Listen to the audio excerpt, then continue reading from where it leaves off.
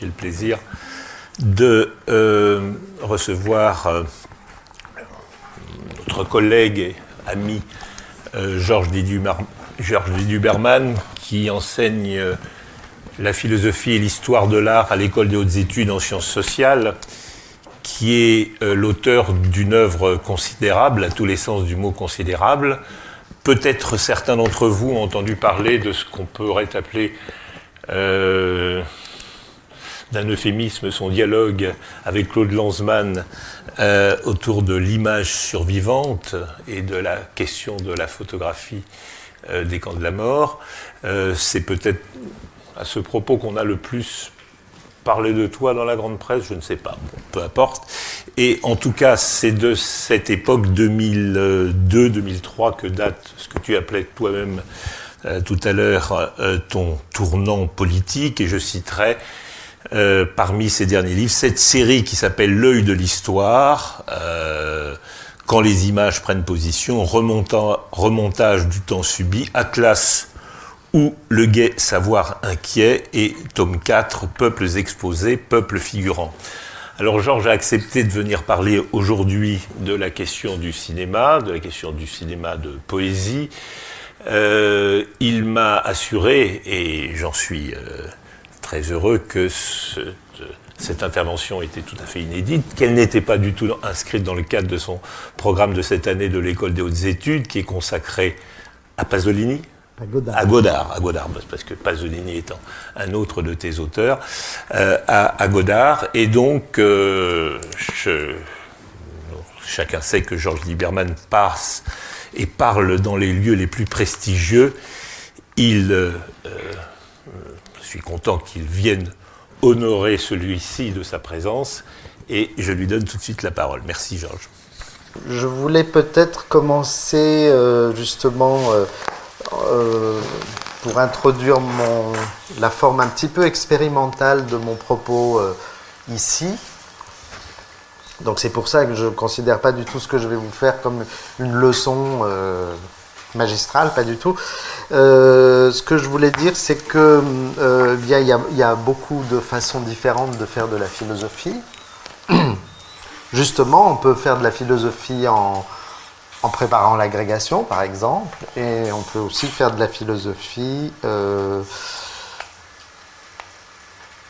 en regardant les mouvements conjugués d'un taureau et d'un torero, par exemple, ou en regardant les mouvements conjugués d'un danseur, tout simplement.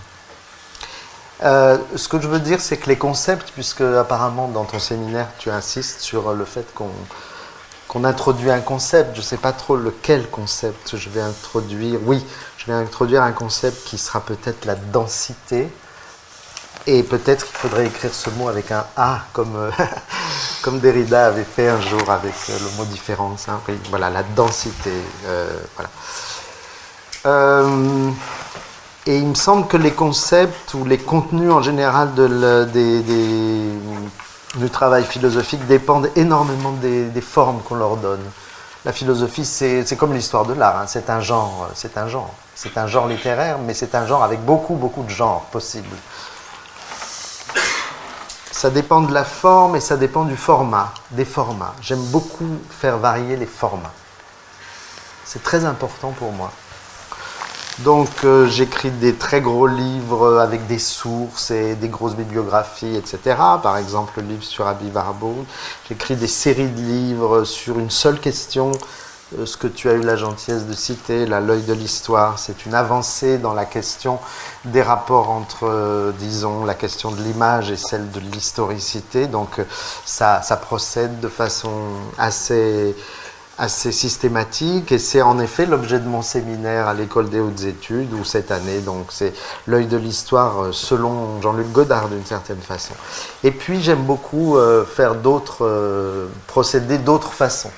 Donc ce soir, aujourd'hui, là, je vous propose quelque chose de complètement différent. Ça fait partie aussi dans mon esprit, puisque tout aboutit à un livre, hein. C'est une série de lettres. Je collectionne une série de lettres que j'écris à des gens des artistes. Donc en ce moment, par exemple, j'écris une très longue lettre à un très grand artiste. Bon, c'est Gerhard Richter. Mais je me méfie beaucoup des hiérarchies et donc dans cette idée d'un futur livre qui devrait s'intituler Sortir par les yeux. Vous savez, quand on dit ça me sort par les yeux. Donc qu'est-ce que c'est quelqu'un qui fait des images sur quelque chose qui lui sort par les yeux? Sortir par les yeux.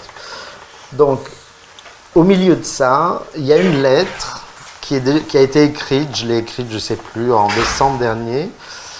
Elle est très longue, elle fait donc 52 pages, je vais un peu improviser dessus. À quelqu'un de totalement inconnu, de jeune. Donc cette personne s'appelle Maria Kurkuta, K-O-U-R-K-O-U-T-A. J'ai vu un film de cette personne dans une sorte de festival quelque part. J'ai trouvé ça extraordinaire.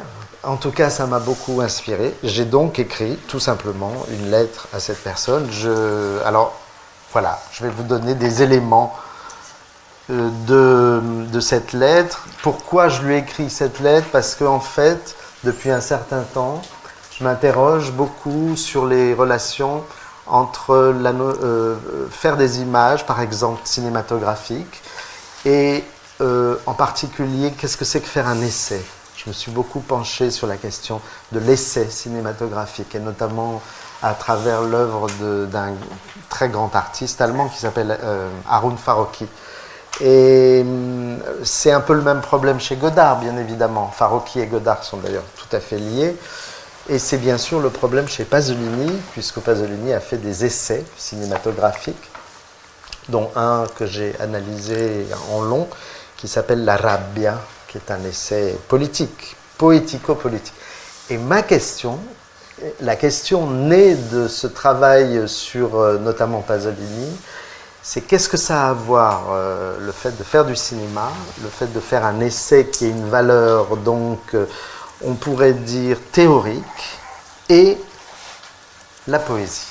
Puisque dans le film de Pasolini, bien sûr, il y a cette fameuse voce in poesia dans le film La Rabbia qui scande tout le film et qui est fondamentale. Qu'est-ce que c'est que faire un essai-poème? J'ai trouvé dans ce film de cette jeune femme grecque quelque chose de cet ordre. Ça s'appelle Retour à la rue des Halles. C'est le titre de ce bref film qui doit faire, je ne sais pas, 10-15 minutes, que je vous montrerai, si vous le voulez bien, à la fin de mon propos. D'ailleurs, la fin de mon propos, il faudra que ce soit toi tu me diras stop, parce que voilà, tu as compris que j'ai plus qu'une heure de parole là. C'est un montage de brèves séquences qui ont été retravaillées dans leur durée, dans leur rythme, dans leur visualité, à partir d'éléments tout à fait inconnus chez nous, mais très connus en Grèce, de cinéma populaire des années 50 et 60. D'ailleurs, le sous-titre du film, c'est « 6 peintures populaires ». Populaire, ça veut dire qu'on voit des films, par exemple, peut-être en France, on connaît le nom de Michalis Kakoyannis. Il y a un acteur extrêmement célèbre en Grèce, mais bon, tout à fait inconnu chez nous, qui s'appelle Thanasis Vengos, je ne sais pas si je prononce bien. Il y a une actrice, et qui est l'équivalent de Rému ou de Louis de Funès, si vous voulez, très très connue. Nous on ne le connaît pas. Il y a ce que je veux dire par là, c'est que projeté en Grèce, ce film, on reconnaît tout, vous voyez. Il y a une actrice qui s'appelle Ellie Lambetti et qui est une espèce d'Anna Magnani, et c'est d'ailleurs à la même époque. Elle court dans les rues d'Athènes comme Anna Magnani pouvait courir dans les rues de Rome dans un film de Rossellini ou de Pasolini. Il y a aussi à la fin du film des séquences d'un type complètement différent qui sont des séquences tirées de films documentaires et notamment des cinéastes que nous ne connaissons pratiquement pas en France, Kanellopoulos, Sfikas, et surtout quelqu'un qui s'appelle Stavros Tornes, qui est un cinéaste que j'ai découvert grâce à ce film. Tous ces extraits tirés d'une période très précise de l'histoire grecque, une période qui se situe entre deux cauchemars historiques, la guerre civile d'un côté, disons, quand elle se termine en 1949, et la dictature des colonels qui commence en 1967. Dans une tradition de cinéma expérimental, c'est a priori, on a affaire à quelque chose d'assez classique, ce qu'on appelle des films de found footage. D'ailleurs, Maria Curcuta, qui vit en France, elle est très liée à des collectifs de cinéma expérimental, dont un je connaissais bien, c'est Lightcone, mais l'Etna, l'Abominable, tout ça, c'est des petits collectifs de gens qui produisent eux-mêmes leurs films, et même qui développent les pellicules, etc. Il y a toute une tradition de ça, une tradition russe, Esther Shub, Michael Rom, une tradition américaine, Bruce Conner, il y a Peter Cherkassy, il y a Guy Debord, Godard a fait pareil, Chris Marker n'a pas arrêté de faire ça, Farocki, etc., etc., etc. C'est un film qui est centré sur quelques gestes humains extrêmement simples, et c'est un film qui, je me pencherai, vous allez voir, sur le vocabulaire, pourquoi ça s'appelle Retour, et qui remonte, qui retourne à une histoire. Et j'avais envie, dans ma lettre à cette réalisatrice, de lui dire à quel point j'avais pensé à Shklovsky, le grand théoricien russe du cinéma, proche d'Eisenstein en particulier. C'est pas un hasard, hein, les gens avec qui travaille cette cinéaste, c'est-à-dire les gens qu'elle admire. Et c'est très intéressant de voir qu'en Grèce, beaucoup de cinéastes, notamment bien plus âgés, notamment un qui s'appelle Fotos Lamprinos, qui doit avoir 85 ans, qui a travaillé avec les Russes, en Russie. Il y avait les communistes qui partaient étudier le cinéma à Moscou.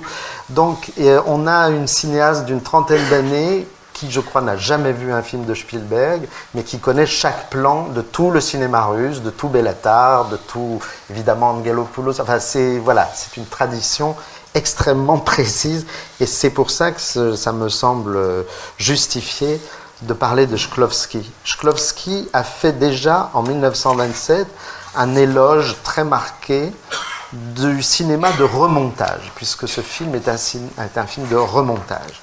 Shklovsky écrivait en 1927 « Il est intéressant de noter que nos maîtres, tels que Kouletchov et Vertov, se sont formés grâce aux actualités, autrement dit avec un matériau qui offre peu de prise pour la réalisation.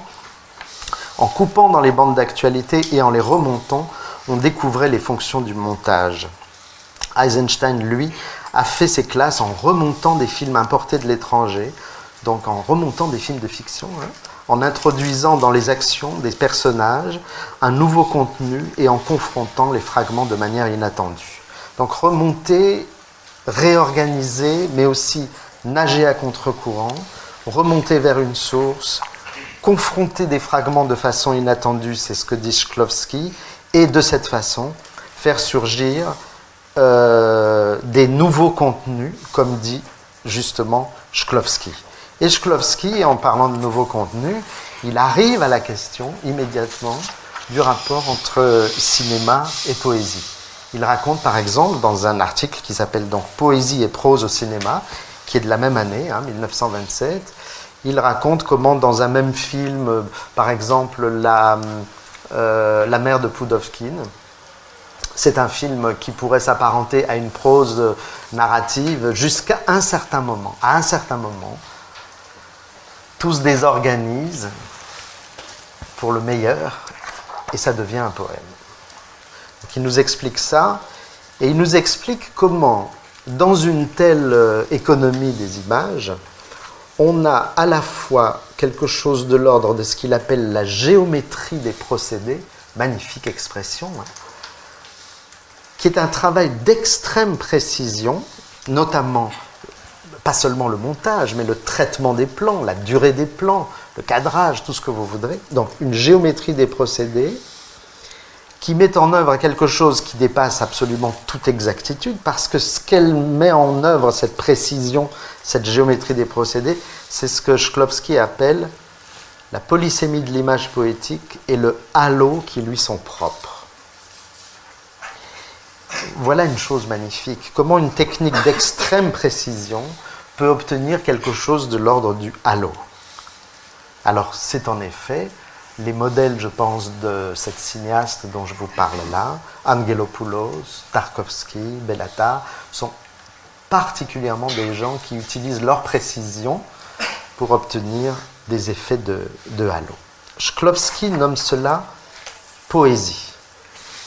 En 1917 déjà, 10 ans avant cet article sur le cinéma de poésie, Shklovsky avait écrit ce fameux essai capital pour la critique littéraire, intitulé L'art comme procédé. Vous savez, c'est dans le recueil dirigé par Todorov, qui s'appelle Théorie de la littérature.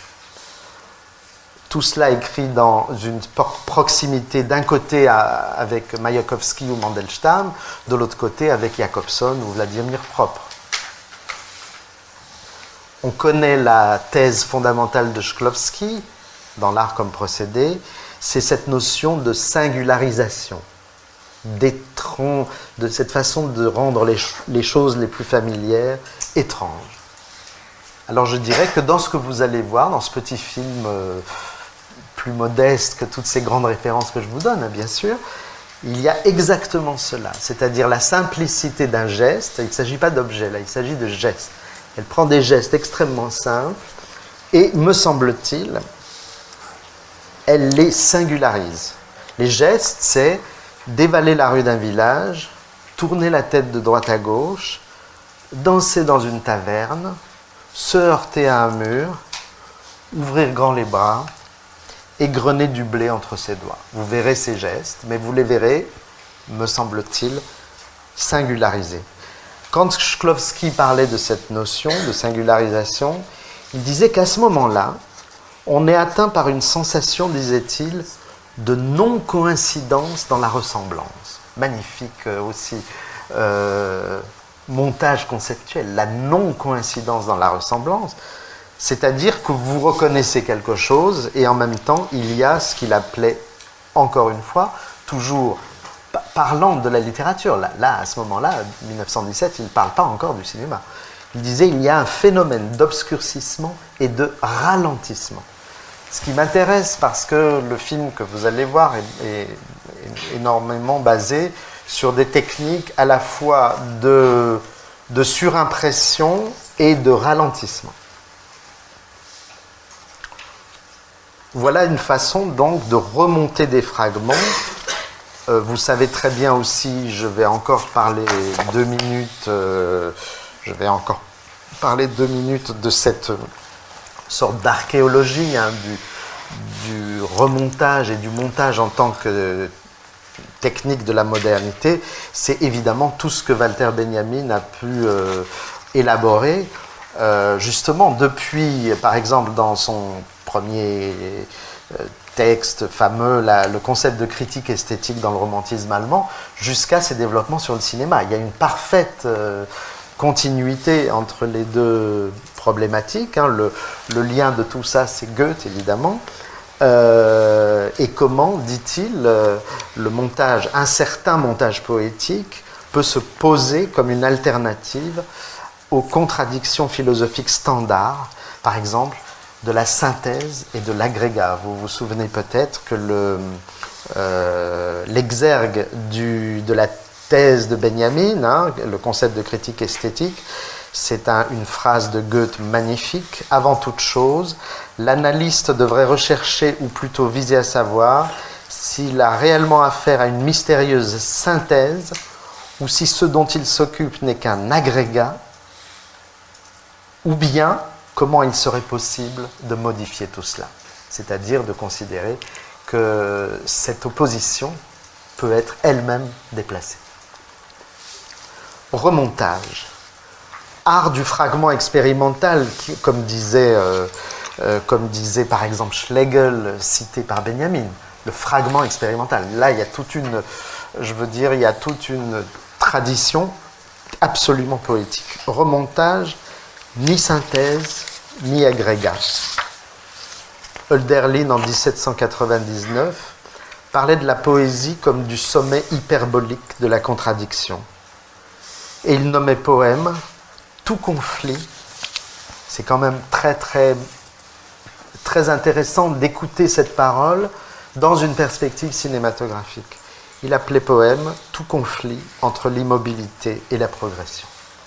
Alors l'idée de faire des boucles d'images, l'idée de n'être ni dans l'immobilité, ni dans la progression lorsqu'on fait un film, peut avoir, avec ce type de problématique, peut, disons, introduire quelque chose que je pourrais nommer un cinéma de poésie, justement.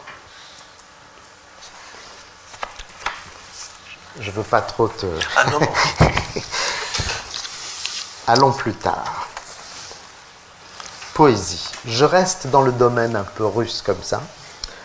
Il y a une phrase magnifique de Mandelstam qui dit que la poésie, je cite, « c'est la charrue qui affouille le temps afin d'en faire émerger les couches profondes, le tchernosium. » Le tchernosium, c'est cette terre noire riche en humus que vous devez aller chercher très profond pour que la surface devienne en fait féconde.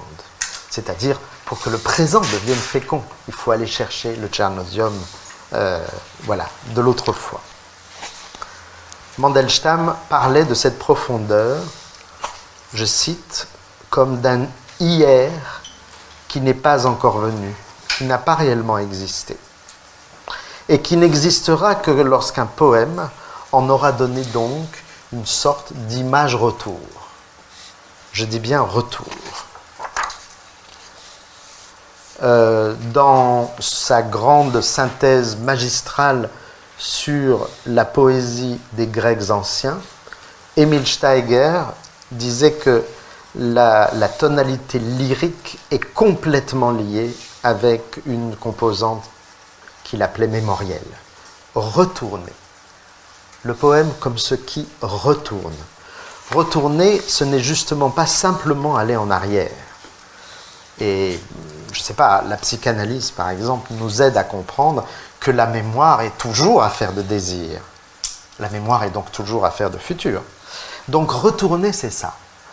C'est se rendre capable de mettre le présent sans dessus-dessous, ou bien de retourner le présent en doigt de gant, retourner l'espace présent en doigt de gant, en tout cas, faire comme ce que dit Mandelstam, ramener du fond vers la surface, du passé vers le présent, quelque chose que l'on ne voyait pas ou que l'on croyait perdu. On appelle ça, Warburg appelait ça les survivances, ou le light fossile. Vous savez, le leitmotiv, mais lui il disait light fossile. Retourner donc, donner forme à notre présent, le reconfigurer en repensant notre histoire ou notre généalogie. Retour en grec, et c'est le titre de ce film, hein, Retour à la rudéole. Donc en grec, j'ai fait un peu de grec comme beaucoup de gens ici quand je faisais mes études. Alors j'ai reconnu le mot. Ça se prononce en grec moderne épistrophie. Nous on disait épistrophée. Épistrophie. J'ai donc réouvert mon vieux bailli en lambeaux et je vois que épistrophie désigne 4 paradigmes fondamentaux. Le premier, c'est le combat, l'action de se retourner contre quelque chose ou contre quelqu'un.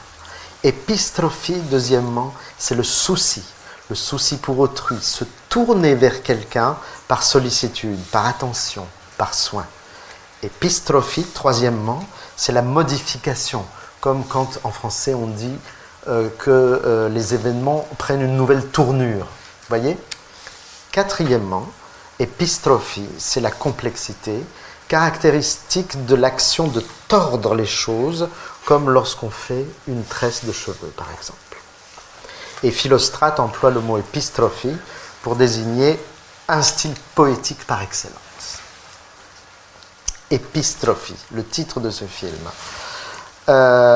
Ce qu'il fait donc, il fait un peu ce que Mandelstam indique, il va plonger dans une certaine zone de la langue grecque. Vous allez voir, vous allez entendre beaucoup de poèmes grecs contemporains absolument magnifiques. Moi, j'ai découvert toute une littérature grâce à ce film. Une certaine culture visuelle qui, évidemment, a aussi un rapport avec le présent le plus... C'est-à-dire qu'il y a des procédures qui sont typiques de ce qu'on appelle le cinéma expérimental. Je vous passe les références à Michael Snow ou à... bon, peu importe. Et qui fait que au cours de certaines... à travers certaines modalités techniques dont on pourra discuter ensemble si ça vous intéresse, on a l'impression que quelque chose fuit l'espace, se dissout et en même temps persiste. Quelque chose, c'est ça qui m'a intéressé dans ce film, il y a une temporalité de quelque chose qui ne cesse pas de fuir, et donc qui est là, mais qui fuit. Il ne cesse pas de cesser, comme dit, il y a une phrase très célèbre de Beckett là-dessus. Évidemment, il y a quelque chose à voir avec ceux dont j'ai parlé précédemment, Angelopoulos, Bellatar, Tarkovsky. Il y a quelque chose à voir fondamentalement avec une littérature grecque. Vous savez que dans une bibliothèque, on peut mettre Cavafis à côté de Homère. C'est très facile. Une bibliothèque, c'est un endroit parfaitement anachronique. Donc il y a Cavafis, il y a des poètes grecs contemporains, il y a Séphéris, il y a des gens comme ça. Il y a surtout un que j'ai complètement découvert et qui est juste bouleversant, qui s'appelle Chimonas, Georges Chimonas. Mais tout aussi bien l'Iliade. Dans l'Iliade, vous vous souvenez, dans le chant 22, Hector est poursuivi par Achille. Mais c'est une course arrêtée. C'est une course en boucle. C'est une course qui n'a pas de... Et Homère écrit,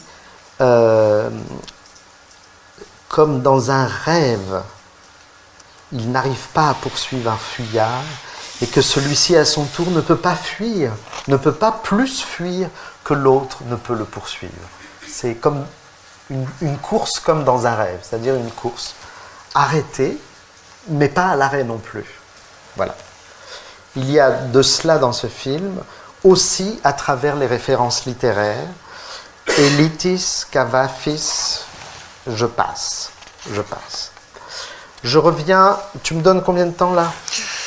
Écoute, c'est 10 minutes. Oh, tu as plus de temps. Non, parce que le film fait un quart d'heure, donc je veux alors, quand même laisser du temps. disons 20 minutes. Pour toi ? Non, 10 minutes, ça suffira. Ça suffira. On va voir. Je reviens à cette espèce de généalogie, me semble-t-il, jusqu'à quel point elle est consciente chez la réalisatrice grecque, ça je n'en sais rien. Mais en tout cas, elle me semble évidente. Depuis Shklovsky, vous avez... Voilà, c'est un très beau sujet de recherche, le cinéma de poésie. Bon, il faudrait parler par exemple de Desnos. J'avais autrefois, et c'est quelque chose qui pourrait t'intéresser, Francis, travaillé sur le film L'Étoile de mer de Man Ray, qui est donc un film expérimental de 1928, d'après un poème de Desnos. C'est un film qui a de nombreuses analogies avec ce que vous allez voir, c'est-à-dire vous avez des textures et des mouvements d'image, des répétitions, des ralentis, des effets de flou. Ici, ils sont obtenus de façon informatique. Dans le cadre de Man Ray, ils étaient obtenus par l'interposition d'un verre dépoli, par exemple. Et ça m'avait intéressé parce que Man Ray, c'est un film évidemment muet, puisque 1928, le cinéma parlant n'existe pas. Mais Man Ray avait préparé un coffret en bois où il fallait passer des disques 78 tours au fur et à mesure. Et au moment de la scène pratiquement la plus expérimentale, qui est magnifique, ce sont des morceaux de journaux qui fuient dans le vent comme ça. Il avait demandé qu'on mette la saeta de la Niña de los Peines, qui sera plus tard le morceau dont Miles Davis fera l'objet aussi de toute une réflexion. Voilà, c'est-à-dire, mais là aussi je ne m'éloigne pas du sujet, parce que le film que vous allez voir s'intitule, est sous-titré Peinture populaire, et bien sûr il y a quelque chose de fondamental dans la relation à la musique populaire. Il y a, vous allez voir des gens qui dansent ce qu'on appelle le zebetico, je crois, c'est une danse populaire comme ça, et ce qu'on entend, toute la musique de ce film, c'est la musique de Hatzidaki, qui est quelqu'un un petit peu qui a fait avec le rebetico ce que Manuel de Falla et García Lorca ont fait avec le flamenco. C'est une sorte de transcription pour piano de motifs musicaux populaires. Motifs musicaux populaires, gestes humains extrêmement simples, des gestes justement qui traversent le temps, des gestes qui, par exemple, à la fin de ce film, il y a une scène qui est tirée en fait d'un documentaire, et pourtant ça rappelle de façon extrêmement puissante une des scènes centrales du film de Dovzhenko, La Terre. Vous savez, dans La Terre, il y a ce garçon qui danse sur le chemin poussiéreux comme ça, il tape, il y a la poussière qui remonte et il meurt, il se fait tuer à ce moment-là. Là, on voit quelque chose de très proche et on se dit, évidemment, cette façon dont Mandelstam dit qu'il faut affouiller la terre, eh bien, il faut le faire avec nos propres gestes. Cette opération, le cinéma le fait avec les gestes humains. Qui a dit cela? Un autre poète, Pasolini, évidemment. C'est ce qu'il dit dans son fameux article de 1965, qui s'intitule « Le cinéma de poésie ». Dans cet article, qui est capital, il y a deux aspects. Il y a la concomitance, je dirais, pour aller très vite, parce qu'il mérite bien sûr une analyse, la concomitance d'un point de vue anthropologique et d'un point de vue, je dirais, poétique au sens strict, littéraire. Côté anthropologique, il y a l'argument fondamental selon lequel l'objet premier du cinématographe, ce sont les gestes humains. Pasolini l'a dit, bien plus tard, Giorgio Agamben l'a redit. C'est tout à fait évident. On va continuer pendant des siècles à revoir ces gens sortir de l'usine Lumière, le fameux film. C'est des gestes, une geste de sortie. On va voir, il y a ce fameux article, je pense à toi Francis, ce fameux article de Bazin, mort tous les après-midi. On va revoir la mort de Manolete ou la mort du taureau indéfiniment. Le cinéma retourne la mort, retourne ces moments, retourne les gestes. Et Pasolini avait fondé son article « Le cinéma de poésie » sur ce qu'il appelait le patrimoine commun des signes mimiques. Et la poésie pure chez Pasolini, c'est tout simplement Ninetto d'Avoli qui descend la Via Nazionale à Rome, qui marche dans la rue. C'est de la pure poésie. C'est le fameux film La sequenza del fiore di carta. Peu importe. Il n'est pas du tout hasardeux, c'est pas du tout un hasard que Pasolini ait été en relation assez proche avec les travaux ethnologiques de Ernesto de Martino, qui lui-même, à travers ses travaux sur les lamentations, était complètement une sorte de Warburg italien. Le travail de Ernesto de Martino sur les lamentations depuis les Grecs anciens, les Égyptiens anciens jusqu'au film qu'il faisait lui-même dans l'Italie du Sud sont complètement warburgiens, ce qui a donné lieu d'ailleurs à des chefs-d'œuvre du cinéma documentaire, dont en particulier un film qui s'intitule Taranta, sur les tarentulés, le film de Gianfranco Mingozzi, avec, comme par hasard, pas du tout par hasard, bien sûr, le commentaire est dû à un poète, c'est Salvatore Quasimodo, ou bien le film Stendhali de Cecilia Mangini, qui est un film aussi sur les lamentations, commentaire par un autre poète, Pier Paolo Pasolini. Côté poésie donc, l'argument de Pasolini consistait, comme chez Robert Desnos, dont je ne vous ai pas cité parce qu'il y a plein de textes de Desnos sur les rapports cinéma-poésie qui sont passionnants. Comme chez Desnos, Pasolini insistait sur le fait que les images qui défilent sur l'écran sont, dit-il, inséparables du monde de la mémoire et des rêves, ce qui explique la profonde qualité onirique du cinéma, inséparable pourtant de sa nature objectuelle, absolument et nécessairement concrète, manière d'affirmer, je cite toujours Pasolini, la nature foncièrement artistique du cinéma, sa violence expressive et sa matérialité onirique. Matérialité onirique. Voilà ce que défendait Pasolini, et il le défend à travers quoi? C'est là-dessus que je vais plus ou moins terminer. Il le défend à travers Dante. Dante, tout simplement. Dante, passionnément lu bien sûr par Pasolini, passionnément lu notamment à travers, vous savez, l'éclairage révolutionnaire, on peut dire, qu'avait donné Auerbach dans ses études sur Dante. Auerbach disant la divine comédie, en fait, c'est une affaire terrestre. Tout simplement. C'est une affaire humaine, c'est pas une affaire divine. Bien sûr. Pourquoi Dante? Parce que, comme vous le savez, Pasolini voyait dans la poésie de Dante exactement le contraire de ce qu'on dit habituellement sur le grand poète qui a donné à la langue italienne son sommet de pureté. C'est exactement le contraire qui intéressait Pasolini, bien sûr. Il s'intéressait à l'auteur du De Vulgari Eloquentia, quand même. Donc, il s'intéressait à la façon dont Dante avait rendu la poésie populaire, vulgaire, populaire. Pourquoi populaire? Parce que multipliant les impuretés. C'est pour ça que Pasolini s'est intéressé, a écrit des poèmes en frioulant. C'est pour ça qu'il s'est intéressé à la façon de parler des gens dans les borgate de Rome, dans les banlieues de Rome.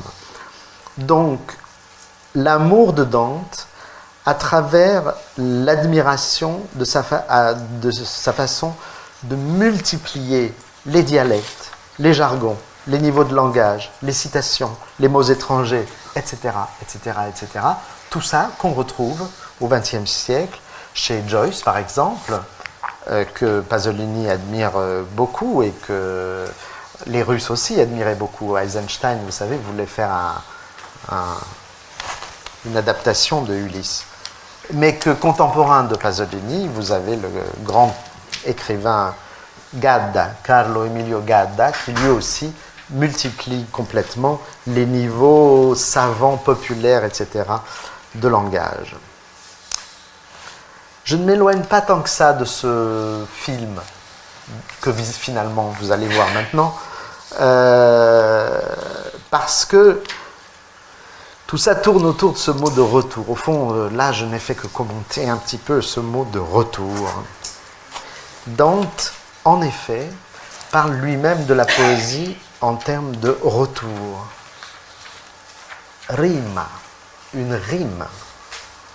Rima et rime, l'étymologie est discutée, mais traditionnellement, l'étymologie atteste traditionnellement, même si c'est faux, que c'est lié au mot rythme, que c'est lié à la répétition et à sa différence, bien sûr. Vers, le vers, quels sont les mots du vers chez Dante? D'abord, il emploie, je vais très vite bien sûr, il emploie un mot grec, il emploie le mot dièse, la dièse. C'est justement dans l'éloquence en vulgaire, De Vulgari Eloquentia. La dièse, c'est un intervalle minime et un mouvement de passage comme si c'était en fondu. C'est exactement ce que vous allez voir. Vous allez voir des dièses. Par exemple, Le mouvement d'un liquide dans un autre qui le délaye, c'est une dièse. D'un son.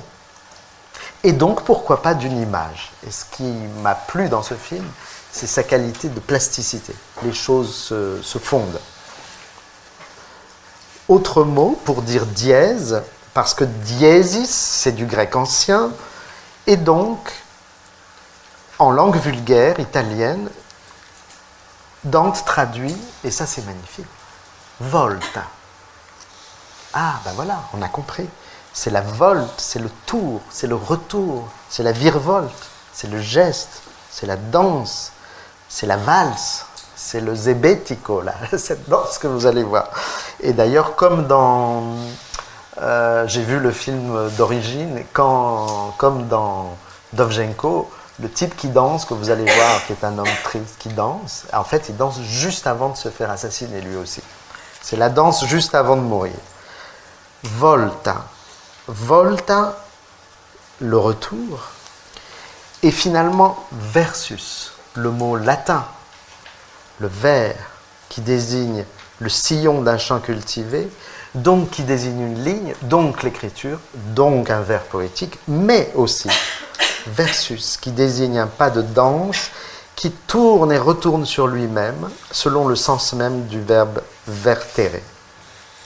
Le latin ménage une ambiguïté que va garder le français entre le vers poétique, qui suppose le retour d'une rime, et l'adverbe vers, qui suggère au contraire une échappée hors de toute répétition. Et j'ai appris, après coup, que ce film qui s'appelle Retour devait d'abord s'appeler Exode. Et on voit une fille qui s'en va. Donc, à la fois, il y a l'idée de retour et l'idée de partir. Il y a les deux sens du vers. La langue de Dante approchait donc l'élément poétique à travers ce mot de volta. Eh bien, celle de Hölderlin va parler, comme vous le savez tous sans doute, de Dichtung. La Dichtung dit en même temps la poésie et la densification. C'est un mot comme s'il disait que la poésie est la densification du temps, la densification du langage, la densification des images. Quand Freud parle de Verdichtung, condensation, on pourrait traduire par transpoésie, si vous voulez, pour s'amuser. Et lorsque cet homme-là, qui n'arrête pas de tourner sur lui-même, vous allez voir dans le film, virevolte, il pose à la fois, me semble-t-il, au philosophe, une question de danse et une question de densité. C'est pour ça que j'écrirai le mot densité avec un A. C'est de la danse. Vous comprenez ce que je veux dire? C'est de la danse D-A-N-S-E qui a une densité extraordinaire. Or, c'est exactement ce que disait Pasolini du cinéma de poésie. Il a pour caractéristique de produire, dit-il, des films de nature double, et bien des films qui sauraient en même temps retourner au geste, retourner les gestes dans tous les sens, et une poésie qui saurait en rimant, en formant un retour, densifier ce retour. En fait, le problème qui est donné là, c'est comment densifier et comment faire danser cette densification.